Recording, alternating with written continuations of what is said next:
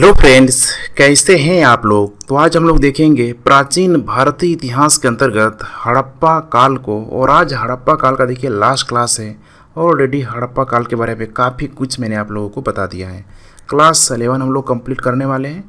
जो भी लोग नए मुझसे जुड़ रहे हैं, नीचे आपको डिस्क्रिप्शन बॉक्स में प्राचीन भारतीय इतिहास के नाम से पूरा प्ले लिस्ट मिल जाएगा। आज हम लोग देखेंगे हड़प्पा सभ्यता का नगरीकरण क्या था, इसका योगदान, स्वरूप, पतन के कारण काफ़ी इम्पोर्टेंट है। इन सारी चीज़ों का आज हम लोग बारी बारी से कंप्लीट करेंगे। तो सबसे पहले चलिए देखते हैं सिंधु घाटी सभ्यता या हड़प्पा सभ्यता की नगर योजना कैसी थी। डायरेक्ट यहाँ से क्वेश्चन बन जाता है कि नगर योजना के बारे में बताइए। बहुत सारे फैक्ट भी आपको मिल जाएंगे। कह रहा है कि नगर की सड़कें और मकान सुनियोजित ढंग से बनाए जाते थे, कि बिल्कुल यहाँ पे रोड है, ठीक है, जो राजपथ होता था, इस राजपथ के किनारे, ठीक है, समकोण पे काटता था और किनारे किनारे किनारे किनारे पूरे के पूरे जो मकान थे सुनियोजित तरीके से यहाँ पे बनाए गए थे।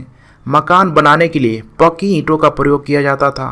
सिंधु घाटी की ईंटें एक निश्चित अनुपात में बनाई गई थी, जो कि बिल्कुल एक रेक्टेंगल जो शेप में होती थी, ठीक है, आयताकार आप कह सकते हैं।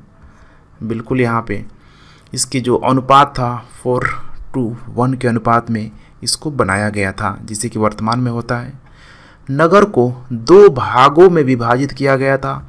एक भाग छोटा था लेकिन ऊंचाई पर बना होता था और वो होता था पश्चिमी भाग।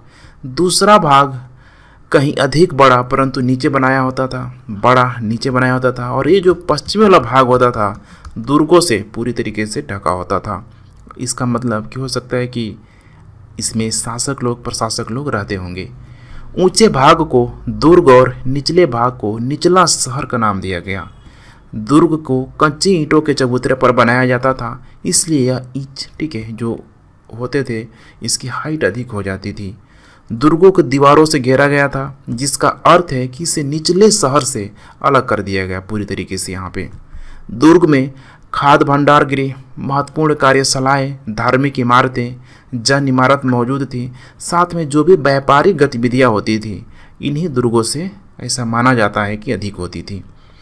यहाँ पे हड़प्पा सब शहरों की सबसे अनूठी विशेषता इसकी जल निकासी प्रणाली थी। बाकायदा देखिए कितने शानदार तरीके से जो जल निकासी व्यवस्था थी, ये लोग ढलानों पे, ठीक है, तीव्र कर देते थे। ढलान वगैरह जहाँ पे सबसे अधिक होता था उसको बाकायदा ढक देते थे। स्वास्थ्य के प्रति ये उनकी सचेतता को दर्शाता है, जिसे कि वर्तमान में किया जाता है। सड़कों तथा गलियों को ग्रिड पद्धति जाल नुमा में पूरी तरीके से बना देते थे। सड़कें सीधी और एक दूसरे को समकोण पर काटती थी।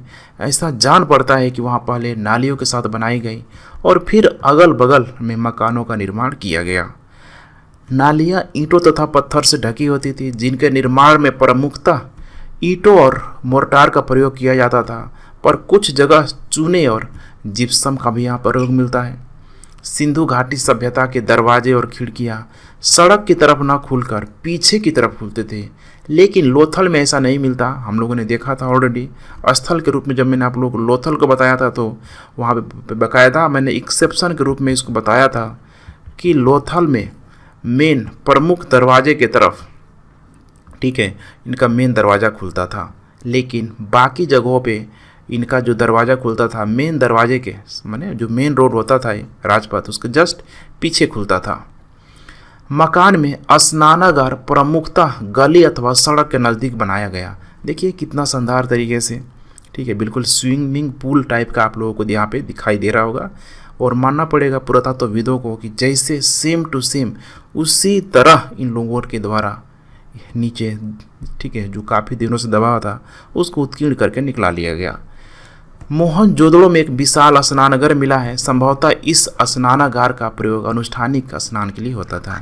तो नगरीकरण के लिए इसमें और भी बहुत सारे चीज़ आप जोड़ सकते हैं, व्यापार भी ला सकते हैं, आर्थिक व्यवस्था को भी ला सकते हैं, जो भी यहाँ पे नगरों में हो रहा था, जिसको ऑलरेडी मैंने आप लोगों को लास्ट क्लास में करा दिए थे। अब बात करते हैं यहाँ पे स्वरूप प्रकृति को लेके, क्या है इसका स्वरूप, क्या है इसकी प्रकृति। ऐसे एग्जाम, ठीक है, ऐसे क्वेश्चन एग्जाम में पूछ लेते हैं। पहला है यहाँ पे देसी सभ्यता। देसी सभ्यता का बोला जा रहा है कि सिंधु घाटी सभ्यता पूरी तरीके से प्रतिनिधित्व करती है। इसकी उत्पत्ति एवं विकास एक क्रमिक, ठीक है, विकास की प्रक्रिया का परिणाम है। वस्तुतः यह बलूची कृषक ग्रामीण संस्कृति से माना जाता है कि विकसित हुई। बलूची कृषक पाकिस्तान की तरफ और मेहरगढ़ से हड़प्पा निवासियों ने कृषि और ज्ञान का, ठीक है, कृषि, ठीक है, का ज्ञान प्राप्त कर लिया। विस्तृत सभ्यता, इतने बड़े क्षेत्र में हम लोगों ने देखा था पूरी तरीके से। इधर मांडा था, नीचे दैमाबाद, आलमगीरपुर, सुतकांगडोर, पूरा का पूरा नॉर्थ से लेके, ठीक है, पूरी तरीके से साउथ तक, ईस्ट से लेके वेस्ट तक एक बहुत बड़े एरिया में जो क्षेत्र फैला हुआ था भौगोलिक दृष्टिकोण से बहुत बड़ा था। इसीलिए बोला जाता है कि इसके समकालीन जो मिस्र था उससे देखिए मिस्र की सभ्यता से भौगोलिक क्षेत्र में 3 गुना ये हड़प्पा सभ्यता बड़ा था, ध्यान रखिएगा। और कार्यक्रम की दृष्टि से विस्तृत एवं दीर्घजीवी भी दिखाई देता है। इसके अनेक तत्व आज भी कहा जा रहा है कि निरंतरता में है पूरी तरीके से। तीसरा है यहाँ पे बहुजातीय सभ्यता। ऐसा माना गया है कि लगभग 3-4 प्रजाति के लोग मौजूद थे, जैसे कि प्रोटो अल्पाइन, भूमध्य सागरीय, मंगोलाइट, ठीक है, ऐसे ऐसे लोग यहाँ पे मौजूद थे जो सभ्यता बहुजातीय स्वरूप से प्रयुक्त होती है।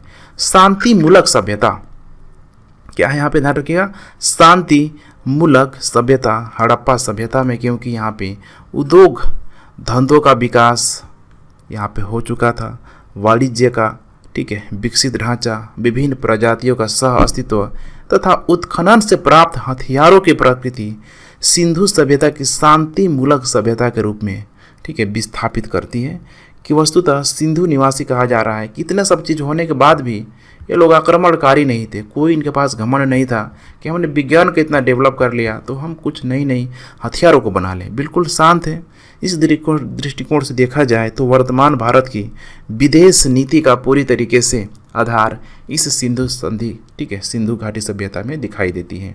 नेक्स्ट यहाँ पे नदी घाटी सभ्यता, ठीक है, जो भी बसा, अधिकतर जो क्षेत्र बसा, चाहे आप हड़प्पा को ले लीजिए, मोहनजोदड़ो को ले लीजिए, लोथल को ले लीजिए, ठीक है, बहुत सारे जो क्षेत्र जो थे यहाँ पे मौजूद थे, ठीक है, नदियों के गोद में हुआ। नदियों ने ही पोषण किया इन शहरों को। वस्तुतः सभ्यता का अधिकांश जो नगर नदियों के किनारे विकसित हुआ और वहाँ की उपजाऊ मृदा से कृषि अधिशेष की स्थिति पैदा हुई, जिसके वजह से नगरीकरण के तत्वों को पूरी तरीके से बढ़ावा भी दिया गया। नदियों के मार्ग में धीरे धीरे पैसा माना जाता है कि परिवर्तन हुआ, जल स्तर में वृद्धि हुई और धीरे धीरे चल के कृषि उत्पादन में गिरावट भी आई। और ऐसा माना गया कि इसी नदी घाटी सभ्यता की वजह से पुनः नगर से धीरे धीरे धीरे ग्रामीण में कन्वर्ट हो गया, ठीक है, C2 रूरल हो गया। कांस्य युगीन सभ्यता, हड़प्पा निवासियों ने तांबे प्लस टीन का जिस तरीके से मिश्रण करके कांसे को बनाया और अपनी वैज्ञानिक दृष्टि पर प्रमाण दिया, यह कांस्य युगीन सभ्यता, ठीक है, पूरी तरीके से समकालीन अन्य ताम्रपाषाणीन कालीन संस्कृतियों से विशिष्ट स्वरूप यहाँ पे प्रदान करता है। दीर्घजीवी सांस्कृतिक सभ्यता, क्योंकि हड़प्पा वासियों की विभिन्न आर्थिक सामाजिक गतिविधियाँ जैसे कि मिश्रित खेती हो गया, ठीक है, इसके अलावा नृत्य संगीत मौजूदगी, आवास निर्माण, मनोरंजन हो गया, मेकअप हो गया, ठीक है, बहुत सारे जो ऐसे चीज़ थे जो पूरी तरीके से लंबे समय तक चलता रहा, जिसके वजह से इसे दीर्घजीवी सभ्यता बोल दिया गया।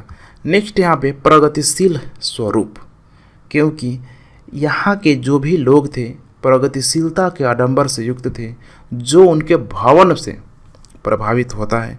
इस प्रकार देखिए नालियों का ढका होना उस समय अपने आप में, ठीक है, पेयजल स्वच्छता पर ध्यान देना, उनके स्वास्थ्य की जागरूकता होने का संकेत है। इतना ही नहीं, जल संरक्षण उस समय देखिए किया जा रहा है, उनकी प्रगतिशीलता को दर्शाता है।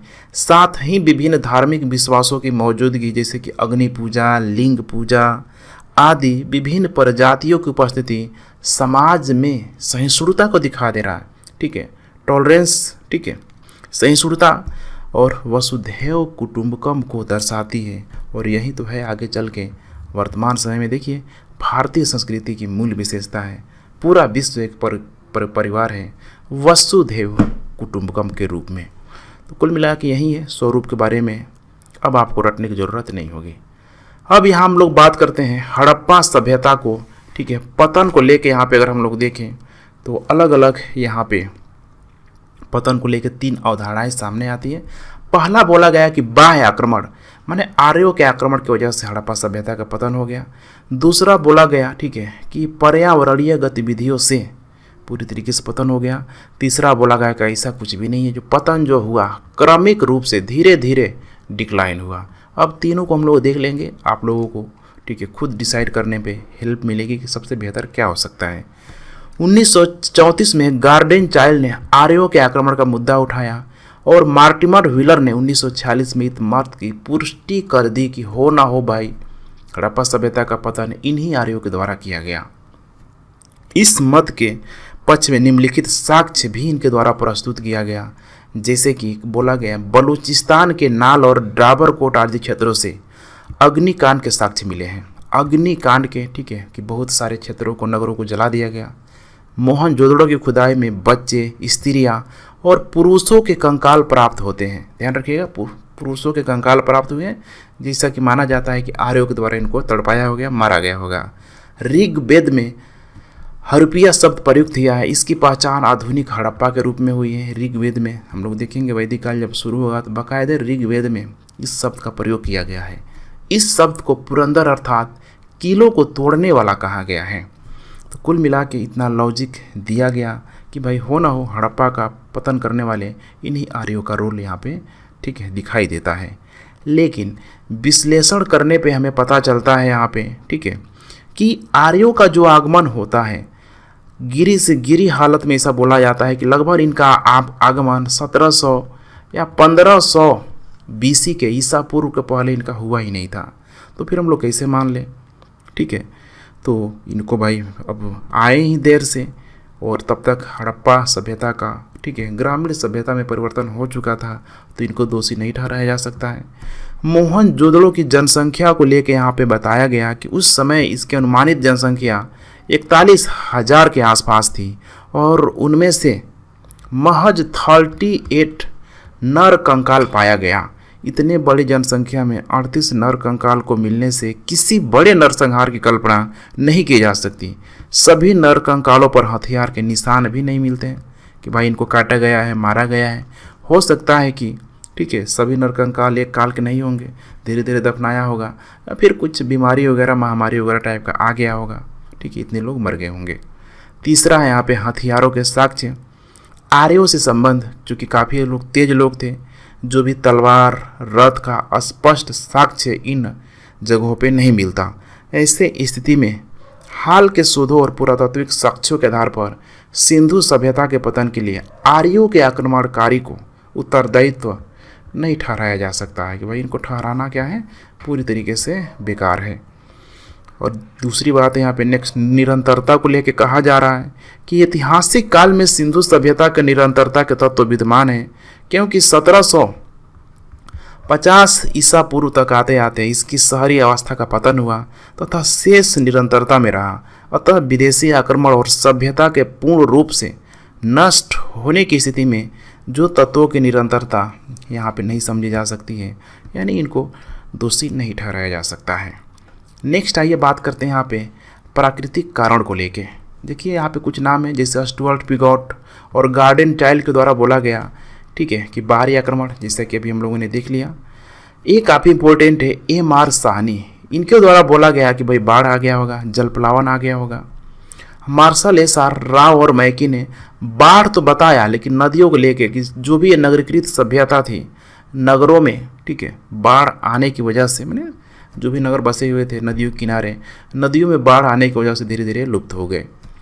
G.F. हेल्स के द्वारा घग्गर के बहाव में बोला गया कि परिवर्तन के कारण विनाश हो गया, जैसे भी हुआ हो। KBR कैनेडारी के द्वारा महामारी को बताया गया कि हो सकता है कि भाई बीमारी आ गया हो, महामारी आ गया होगा। मार्शल और रैक्स के द्वारा भूतात्विक परिवर्तन, मैंने टेक्टोनिक डिस्टर्बेंस को, चूँकि पूरा का पूरा एक तरीके से फॉल्ट जोन में ही आता है, तो हो सकता है ये भी हो सकता है।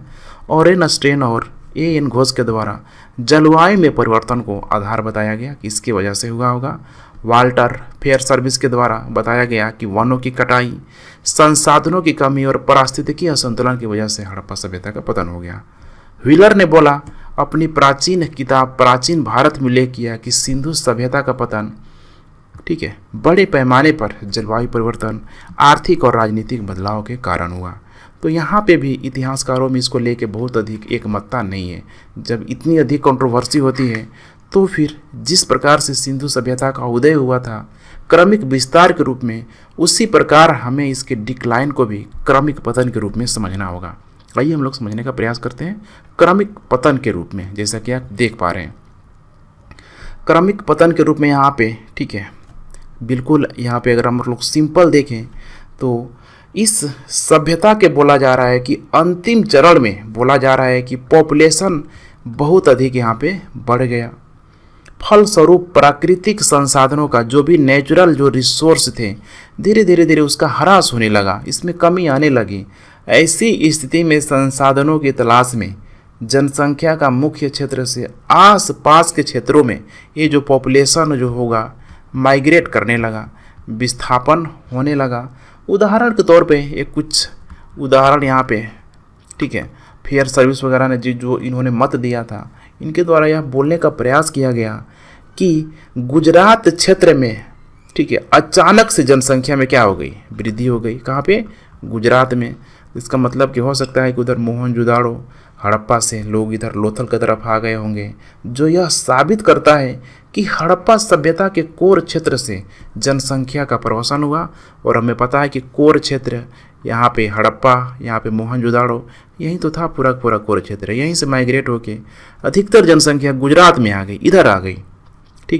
अर्थात शहरी क्षेत्रों का पतन हो गया। इसके अलावा कुछ और बातों को रखने का प्रयास किया जा रहा है कि वस्तुतः बढ़ती हुई जनसंख्या प्रगतिशीलता के तत्वों की मांग करती है। जब भी पॉपुलेशन बढ़ेगा, अगर प्रगतिशीलता नहीं आएगा, टेक्नोलॉजी नहीं बढ़ेगा, प्राथमिक सेकेंडरी टर्शियरी क्रियाएं नहीं बढ़ेगी, तो फिर उनकी जो नीड है, उनकी ज़रूरत को पूरा कभी नहीं किया जा सकता है। और पुरातात्विक साक्ष्यों से स्पष्ट होता है कि सभ्यता के लंबे समय काल में प्रौद्योगिकी एवं तकनीक की कोई विशेष विकास हुआ ही नहीं था। एक प्रकार से उनके जीवन में ठहराव की स्थिति बन गई। और ये जब ठहराव की स्थिति बन गई, पॉपुलेशन और नीड का जब बैलेंस पूरी तरीके से बदल गया, बिगड़ गया, जिससे कि भी देखिए कोरोना काल में हो रहा है, तो असंतुलन पैदा होगा, जिसके वजह से विकास को बहुत अधिक झटका लगेगा। डेवलपमेंट पूरी तरीके से गिर जाएगा, कम हो जाएगा। उम्मीद है इतना कंसेप्ट आप लोगों को क्लियर हो गया कि क्रमिक पतन कितना शानदार एग्जाम्पल है हड़प्पा सभ्यता के पतन को लेके। तो अभी तक देखिए हम लोगों ने नगरीकरण देख लिया, स्वरूप प्रकृति देख लिया, पतन के कारण भी देख लिया। अब आइए तो कुछ इसके योगदानों की बात कर लेते हैं हम लोग। योगदान को देखिए मोटा मोटी दो क्षेत्रों में बांटा गया। एक होता है भौतिक क्षेत्र, बाह्य क्षेत्र, और दूसरा होता है आध्यात्मिक क्षेत्र। बारी बारी से देखने का प्रयास करते हैं। पहला है यहाँ पे राजनीतिक एवं प्रशासन। इसमें क्या हड़प्पा कालीन सभ्यता ने प्रभाव छोड़ा? तो यहाँ पे कहा जा रहा है कि जिस सिंधु सभ्यता में एक रूपता की स्थिति थी, उससे वहाँ किसी केंद्रीकृत शासन व्यवस्था होने की संभावना की कल्पना की जा सकती है। जैसे एक समान सड़क, एक समान नगर, इस तरह का जब बना हुआ था, तो हो सकता है कि यहाँ पे सेंटर में शासन यहाँ पे काफ़ी मजबूत होगा। आगे चल के परवर्ती कालों में साम्राज्यों में केंद्रीकृत शासन के बीच इस सभ्यता में ढूंढे जा सकते हैं। जैसे कि आप अशोक को ही ले लीजिए, मौर्य काल में देखेंगे हम लोग इसकी राजनीतिक जो व्यवस्था थी, प्रशासन था, इतना जबरदस्त प्रशासन कि अशोक केंद्र में रह के पूरे क्षेत्रों पे कंट्रोल करता था।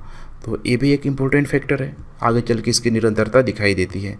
आवास निर्माण में हड़प्पा काल से लेकर आधुनिक भारत में विशेषतया अगर देखिए गाँव में, तो घरों का मूल ढांचा एक समान सा रहा। घर के मध्य में आंगन जनरली होता ही होता था, चारों तरफ आवासीय कक्ष, किनारे स्नान गृह आदि संरचनाएं सिंधु काल से आज तक अगर देखा जाए तो चली आ रही है, जिसकी निरंतरता हमें दिखाई दे रही है। कृषि पशुपालन पूरी तरीके से कृषि के अंतर्गत अगर हम लोग देखें तो गेहूं, जौ, तिल, बाजरा, कपास आदि की जानकारी थी, जो आज भी हमें मिलता है। ये फसलें भी वैदिक काल से आज तक विधिवत रूप में हमारे भोजन का, हमारे ज़रूरत की चीज़ों का अहम हिस्सा के रूप में मौजूद है।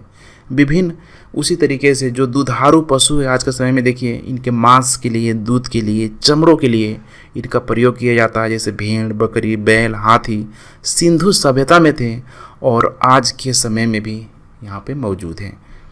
वाणिज्य और व्यापार को ही देख लीजिए, दूर दूर तक जो व्यापार किया गया, खासकर मिस्र में किया गया, इजिप्ट, मेसोपोटामिया में किया गया, बाह्य व्यापार का एग्जाम्पल था। ठीक है, इंपोर्ट एक्सपोर्ट यहाँ से वस्तुओं का किया जाता था, जो आज भी अगर देखेंगे तो क्या आज तो इसका बहुत बृहद रूप में हो रहा है, पूरे विश्व में हो रहा है। इसीलिए कहा जा रहा है यहाँ पे कला एवं तकनीक को लेके, ठीक है, कला एवं तकनीक। यहाँ पे मूर्तियों का बनना हो गया, कांसा प्लस, मैंने बताया था कांसों को बनाने के लिए तांबा और टीन को मिलाना। पूरा का पूरा देखिए लेक्चर देखिए, आपको सुनते सुनते याद हो जाएगा, क्लियर हो जाएगा, रटने की जरूरत भी नहीं हो जाएगी। पूरा का पूरा कांसे की, ठीक है, नर्तकी की मूर्ति मिल रही है, जो आगे चल के वर्तमान में भी ये चीज़ें होने लगी, ठीक है। बहुत सारे मूर्ति आगे चल के अलग अलग धातुओं की प्राप्त भी होती है। श्रृंगार, प्रसार एवं श्रृंगार के लेके इसमें जैसे कि आभूषण हो गया, काजल, लिपस्टिक, ठीक है, लिपस्टिक का बाकायदा कालीबंगा से साक्ष्य भी मिला हुआ था। स्त्रियों का केस विन्यास का तरीका सैंधव समाज से आज तक उसकी निरंतरता भारतीय समाज में मौजूद है। उसी प्रकार यहाँ पे है कला साहित्य। लोथल से मिला मृदभांड, जिस पर एक चिड़िया डाल पर बैठी है। सोचिए, मृदभांड में इतनी शानदार तरीके से कलाकृति को बनाया गया है। पंचतंत्र की चतुर लोमड़ी की कहानी, इस चित्र पर स्पष्ट प्रभाव यहाँ पे देखा जा सकता है, ठीक है। तो कुल मिला के कला साहित्य भी काफ़ी इम्पोर्टेंट था। तो पूरा का पूरा देखिए, हमने हड़प्पा काल के किसी भी सेगमेंट को नहीं छोड़ा, पूरे विस्तार से मैंने आप लोगों को बताया।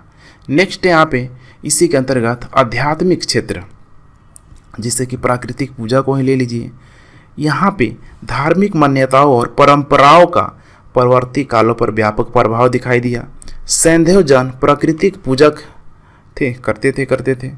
आगे आर्यों ने भी प्रकृति पूजा जारी रखी। देखेंगे ऋग्वेद में प्रकृति की पूजा लोग करते थे मस्त रहने के लिए, ठीक है। बहुत अधिक डिमांड नहीं थी, बहुत अधिक, ठीक है, जिज्ञासा भी नहीं थी। अग्नि का आगे चल के महत्व होते चला गया। स्नान का महत्व, स्वास्तिक की पूजा आज भी किया जाता है, खासकर रूरल एरिया में। शहरों में देख लीजिए किया ही जाता है, परवर्ती काल में भी प्रचलन रहा। हड़प्पा से प्राप्त योगी की मूर्ति पतंजलि के योग शास्त्र तथा वर्तमान भारत के योग का आधार सूत्र पूरी तरीके से बनती है।